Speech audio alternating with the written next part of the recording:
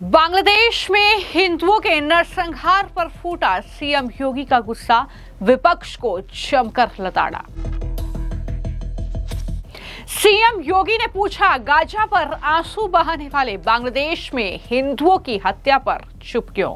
आप लोग गाजा पट्टी में होने वाले किसी भी उस पर आंसू बहाते हैं, लेकिन आपकी जबान से एक शब्द नहीं निकल रहा है, क्योंकि एक दलित नौजवान मारा गया बांग्लादेश में और उस नौजवान के मरने पर आपकी जबान सिल चुकी है। सीएम योगी की विपक्ष को चेतावनी, बांग्लादेशी घुसपैठिए बाहर करेंगे तो समर्थन में मत आना। जब बांग्लादेशी को यहां से निकालेंगे और रोहिंग्या को यहां से बाहर का रास्ता दिखाएंगे तो उनके समर्थन में मत आना।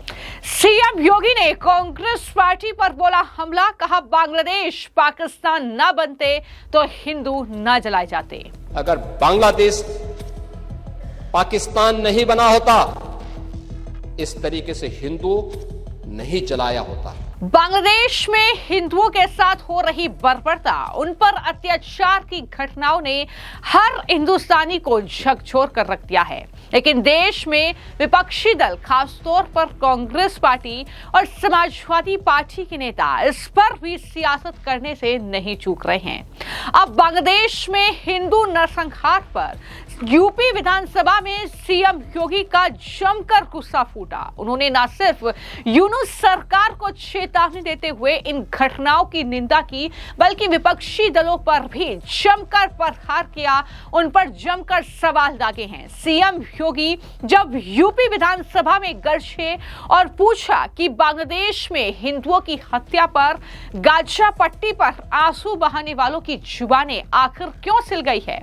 बांग्लादेश में एक दलित युवक की हत्या पर आपके मुंह से एक शब्द भी क्यों नहीं निकलता? सीएम योगी ने यह भी कहा, क्योंकि आप उन्हें सिर्फ वोट बैंक के रूप में इस्तेमाल करते हैं। यही सच है आपकी तुष्टीकरण की सच्चाई, जिसके कारण बांग्लादेश का निर्माण हुआ।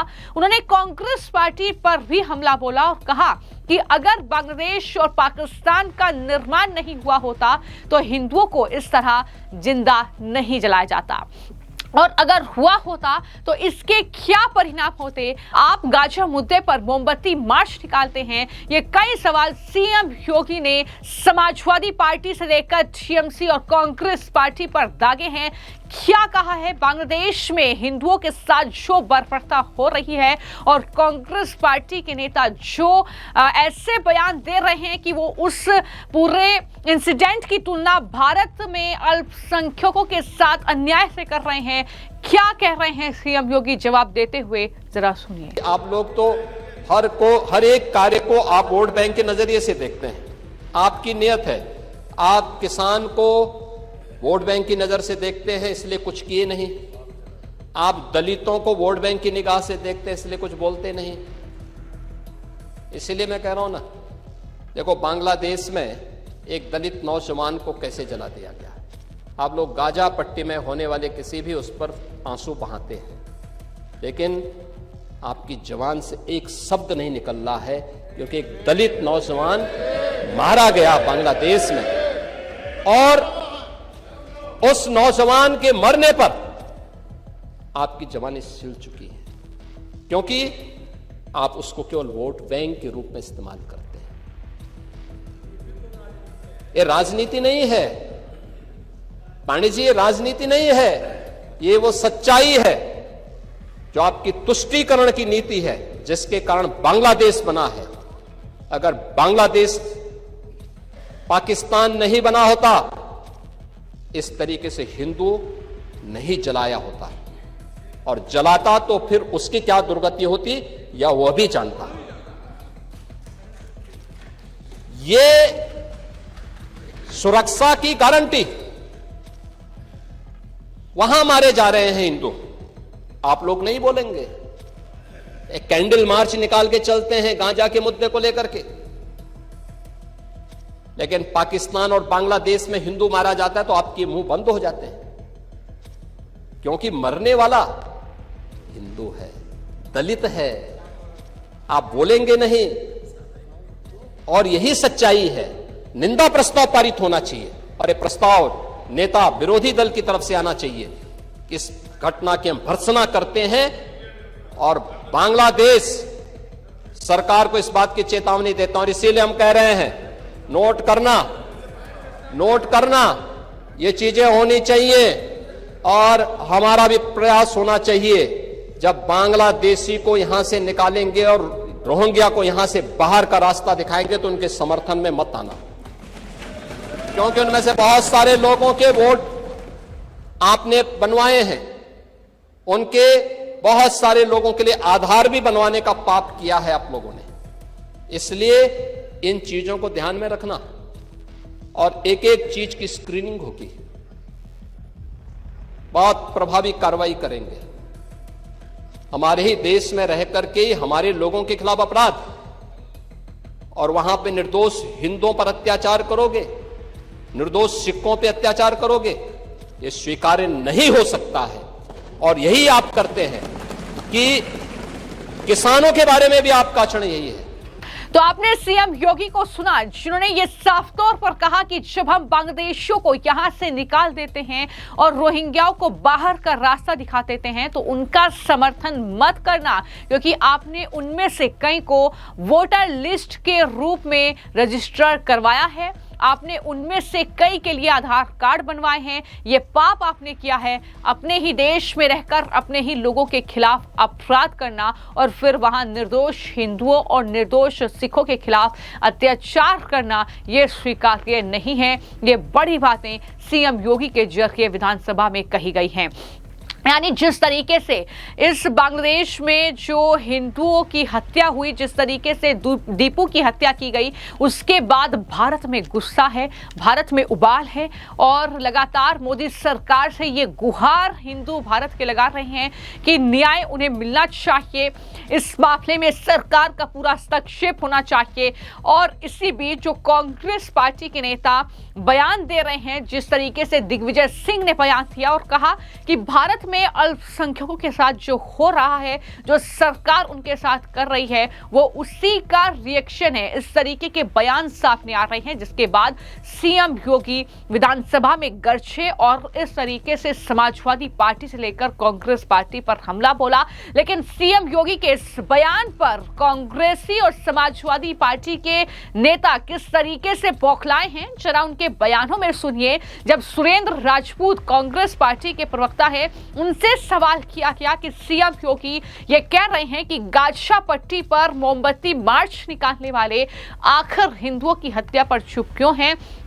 तो उन्होंने ये कहा कि प्रियंका गांधी ने ही संसद में बांग्लादेशी हिंदुओं के बारे में बात की थी।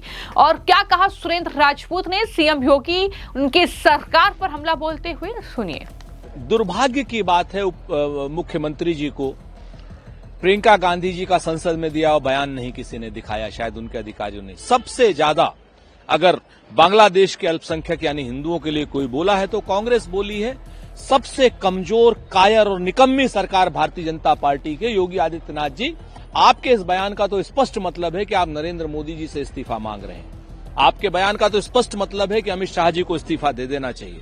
यहीं अगर इंदिरा गांधी जैसा कलेजा होता तो आज की डेट में इस हत्या के विरोध में बांग्लादेश खंड खंड हो गया होता। लेकिन ये कमजोर और निकम्मी नरेंद्र मोदी जी की सरकार है, जिसकी वजह से बांग्लादेश के खिलाफ हिंदुस्तान कुछ कर नहीं पा रहा। बांग्लादेश में जब एट्रोसिटीज हुई थी तब इंदिरा जी ने पाकिस्तान के 2 टुकड़े कर दिए थे, और आज इंदिरा जी जैसा कलेजा होता तो बांग्लादेश के भी खंड खंड हो चुका होता। इंदिरा जी से प्रेरणा लेकर के नरेंद्र मोदी जी को बांग्लादेश में काम करना चाहिए। और हमें उम्मीद है कि आपके इस बयान का समीक्षा की जाएगी, लोग इस बयान को सीरियसली लेंगे। नरेंद्र मोदी जी या तो निर्णायक कार्रवाई बांग्लादेश पर करेंगे वरना इस्तीफा देंगे। सिर्फ सुरेंद्र राजपूत ही नहीं बल्कि उदित राज ने भी केंद्र में बीजेपी की सरकार है ये कहते हुए मोदी सरकार पर हमला बोला और कहा कि उन्हें हिंदुओं को सुरक्षित स्थान देना चाहिए। बांग्लादेश में मोदी सरकार को यूनुस सरकार से यह अनुरोध करना चाहिए। क्या कहा उदित राज ने, सुनिए। कौन कह रहा है बिना मतलब ऊट पटांग की बातें करते हैं। बांग्लादेश में उनकी सरकार है केंद्र में और राज्य में भी। राज्य सरकार तो नहीं कर सकती, केंद्र सरकार कर सकती। बजाय ये हल्ला गुल्ला करना, धरना प्रदर्शन करना बांग्लादेश के खिलाफ। प्रधानमंत्री मोदी को कहें ना चढ़ाई करें, हिंदुओं को सुरक्षित करें वहाँ पर, क्यों नहीं कुछ करते। जब बांग्लादेश में तख्ता पलट हुआ उसके पहले तमाम आंदोलन हो रहे थे, तो यहाँ का जो असफल प्रधानमंत्री, असफल सरकार थी, क्या कर रही थी? नज़र नहीं बनाई कि किस तरह के लोग सत्ता में आएंगे तख्ता पलट के बाद। तो गलती तो इनकी है, हिंदुओं की रक्षा करने की जिम्मेदारी इनकी है। तो इनकी जिम्मेदारी, अगर कांग्रेस की सरकार होती तो बीजेपी वाले पूरे देश में यहाँ के प्राइम मिनिस्टर को घेरते कि हमारा प्राइम मिनिस्टर हिंदुओं को नहीं बचा पा रहा। अब विपक्ष के पास, विपक्ष बचाने जाएगा, ये तो सत्ता पर सरकार बचाएगी हिंदुओं को। तो आपने कांग्रेस पार्टी के नेताओं को सुना जो ये कह रहे हैं कि हम तो हिंदुओं के बारे में सबसे ज्यादा बोलते हैं, हमें तो उनकी सबसे ज्यादा चिंता है। इस तरीके की बातें कांग्रेसी नेता कह रहे हैं। लेकिन वहीं पर जब समाजवादी पार्टी की सांसद इकरा हसन से सवाल किया गया तो उन्होंने कहा कि अल्पसंख्यक किसी भी देश में हो, उनके खिलाफ हिंसा नहीं होनी चाहिए, चाहे भारत में हो। क्या कहा इकरा हसन ने, सुनिए। जी, बहुत अफसोस की बात है कि अल्पसंख्यक किसी भी देश में हों, अगर हमारे देश में या बांग्लादेश में जो हिंदू अल्पसंख्यक भाई हैं हमारे, उनके साथ लगातार हिंसा की जो वारदात सामने आती है, ये बहुत अफसोसजनक है। और पड़ोसी देश होने के नाते हमारा फर्ज भी बनता है और हमारी सरकार का भी दायित्व है कि वो वहां पर सरकार से बात करें और उनकी सुरक्षा के लिए आवाज उठाई जाए। लगातार लोग इसकी मांग कर रहे हैं, हम लोग भी उनके स्वर में स्वर मिला के सरकार से ये मांग करना चाहते हैं कि वो क्यों हाथ पे हाथ धरे बैठी है। एक बड़ा अहम सवाल है, मुख्यमंत्री जी ने आज तो कुल मिलाकर कुछ इस तरीके की बयानबाजी हो रही है। लेकिन सीएम योगी आदित्यनाथ ने यह साफ तौर पर कहा है कि अगर आप बांग्लादेश में हिंदुओं के अत्याचार पर चुप बैठ सकते हैं, अगर आप निंदा प्रस्ताव नहीं ला सकते हैं, अगर आप उसके खिलाफ बोलने की हिम्मत नहीं कर सकते हैं, तो जब उत्तर प्रदेश में या देश में बांग्लादेशी घुसपैठियों और रोहिंग्याओं के खिलाफ कार्रवाई होगी, जब उन्हें यहां से बाहर खदेड़ा जाएगा, उन्हें वापस उनके देश भेजा जाएगा, तो उनके समर्थन में मत आना, ये चेतावनी भी साफ तौर पर विपक्ष को दी गई है।